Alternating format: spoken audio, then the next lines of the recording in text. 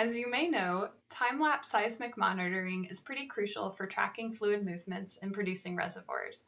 So today I'm excited to share some research that was done at the University of Houston that combines seismic inversion with rock physics and reservoir engineering to better track water movements in hydrocarbon reservoirs. So in this case, we used a new algorithm that integrates the Leverett J-function, which describes fluid saturation with the height above the water contact, with Gassmann fluid substitution equations. So this allows us to directly invert for the water contact movement using time-lapse seismic data, even in challenging thin reservoirs. And what we do is we demonstrate this method in the well-studied Maui field in the Taranaki Basin of New Zealand. What makes this approach unique is that we only need to solve for one parameter. It's the change in water kind of contact level in the reservoir. And then the algorithm can predict how saturation should change throughout the reservoir, constrained by the more well-established physics principles.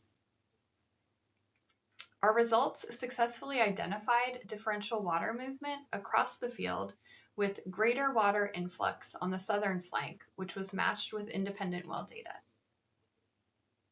What's particularly exciting is that this method works even when the water contact isn't clearly visible in the seismic data as seen here. So by incorporating rock physics constraints, we can track the fluid movements more reliably than we can using conventional amplitude interpretation alone.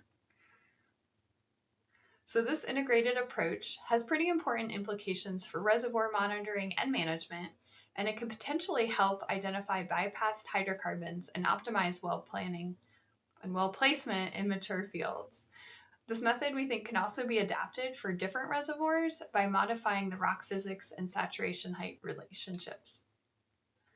If you want to learn more, you can read about it in our paper in geophysics, and because there's a lot of detail that I didn't have time to cover in these 2 minutes.